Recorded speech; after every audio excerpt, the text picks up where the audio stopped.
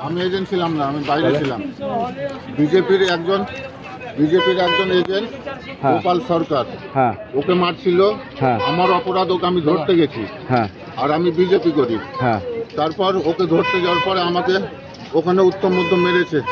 আমি প্রাণের ভয়ে পালাতে গেছি, অর্ধেক রাস্তা তেরে ধরে 10-12 জন মিলে আমাকে শাবল দিয়ে আর বাঁশ দিয়ে ঢালাই রাস্তায় ফেলে লাঠি ঘুষি মেরে আমাকে মারার প্ল্যান করেছিল। একজন চাকু বের করেছে, বলছে এখনো মরেনি, মার্শালাকে ফালা বিজেপি করছে, বিজেপি চলেছে, এরকম ভাষায় কথা বলছে।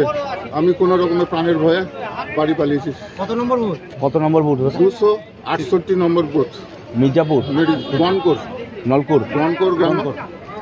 গ্রামে 268 নম্বর বুথ। আপনার নাম? আমার নাম অশোক কর্মকার। আপনি যখন আপনাকে মারধর করা হচ্ছিল সেখানে পুলিশ ছিল? পুলিশ আর বুথে ছিল। আমি তো প্রাণের ভয়ে বাড়ি পালাচ্ছিলাম।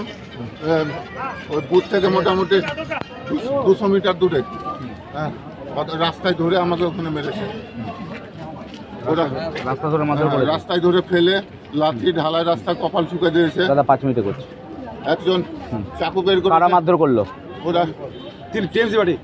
এরা ছিল পরেশ সরকার, জিতেন সরকার, লালচাঁদ সরকার, তারপর মজিবুর শেখ, রফিক শেখ, কোন পার্টি করে? ইদ্রিস। এরা টিএমসির সব। আমার অপরাধ বলছে শালা বিজেপি করবে। বিজেপি কেন করবি? 268। হাবুর ছেলে কাজী আব্বাস শেখ। আপনার নাম? ইদ্রিস। আমার নাম অশোক কর্মকার, বাড়ি গনকর। আজকে নির্বাচন প্রক্রিয়া শেষ হওয়ার পর ইভিএম, উনি এজেন্ট ছিলেন আমাদের শক্তি কেন্দ্রের প্রমুখ, এবং উনি এজেন্ট ছিলেন 66 নম্বর বুথে গনকরে। অশোক কর্মকার, ওনাকে যেভাবে যেভাবে ওনার উপরে হামলা হয়েছে, মাথা ফেটে গেছে, কপাল ফেটে গেছে, পিঠের হাড় কি ভেঙেছে ডাক্তারবাবুরা রিপোর্টে বলবে। গলাতে যেভাবে তার আঘাত করা হয়েছে, রক্ত বেরোচ্ছে যেভাবে, মর্মান্তিক ঘটনা। এর তীব্র প্রতিবাদ জানাচ্ছি।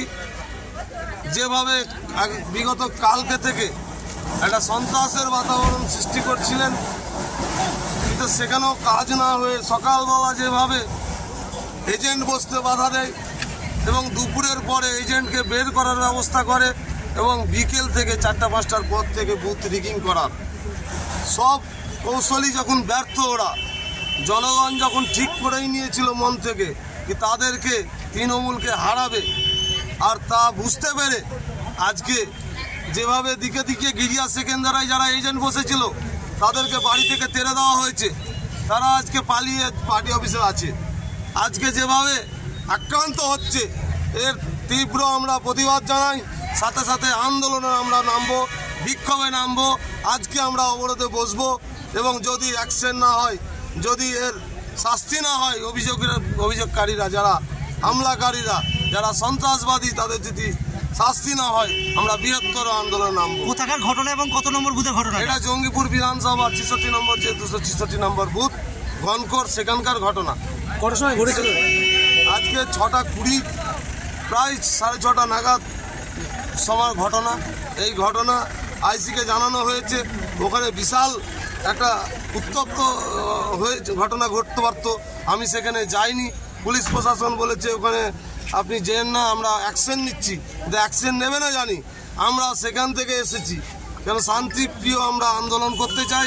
আমরা এখানে আজকে বিক্ষোভে বসবো।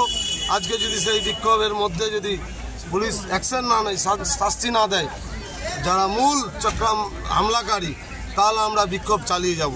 এবং তারপরেও যদি না হয়, আমরা আগামীকাল বৃহত্তর আন্দোলনে নামবো, এসপি অফিস ঘেরাও করব। ধনঞ্জয় ঘোষ, আমি বিজেপির প্রার্থী জঙ্গিপুর লোকসভা।